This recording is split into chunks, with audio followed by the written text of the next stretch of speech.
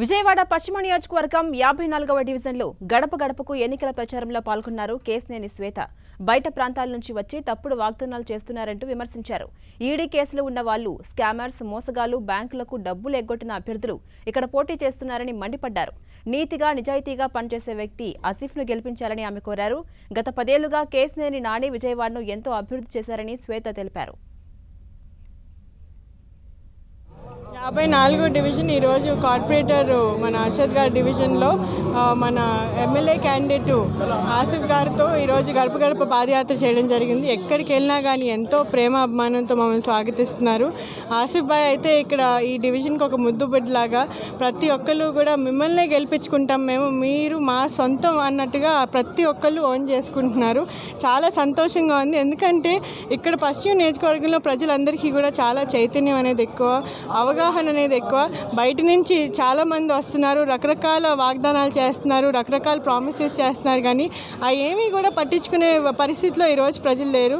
ఎందుకంటే ఎన్నో సంవత్సరాల నుంచి మన ఆసిఫ్ భాయ్ని వాళ్ళందరూ కూడా చూస్తున్నారు.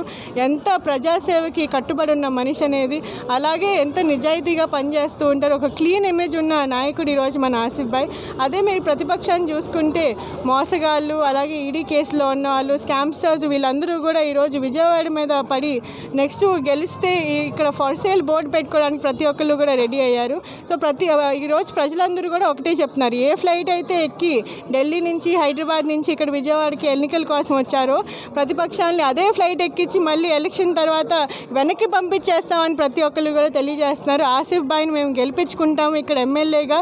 అలాగే కేశినేని నాని గారు మాకు ఎనలేని సేవలు అనేది అందించారు. గత 10 సంవత్సరాలుగా కూడా ఇక్కడ మొత్తం విజయవాడకి ఒక పెద్ద కొడుకులాగా ఆయన ఎప్పుడూ నిబద్ధతతో నిస్వార్థ సేవ అనేది ప్రజలకు అందించడం జరిగింది. 8,000 కోట్ల ఇన్ఫ్రాస్ట్రక్చర్ ప్రాజెక్టులు చేశారు.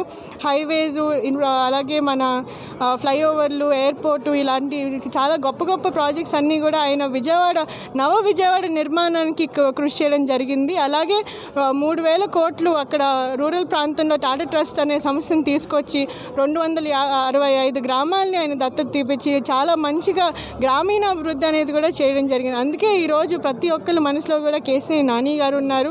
ఆయనను గెలిపించుకోవడం మా బాధ్యత అనేది ప్రతి ఒక్కరు తెలియజేస్తున్నారు. కేశినేని నాని గారిని, ఆసిఫ్ గారిని, అలాగే జగనన్నని గెలిపించుకోవడం ఈరోజు మా భవిష్యత్తుకే చాలా అవసరమని ప్రతి ఒక్క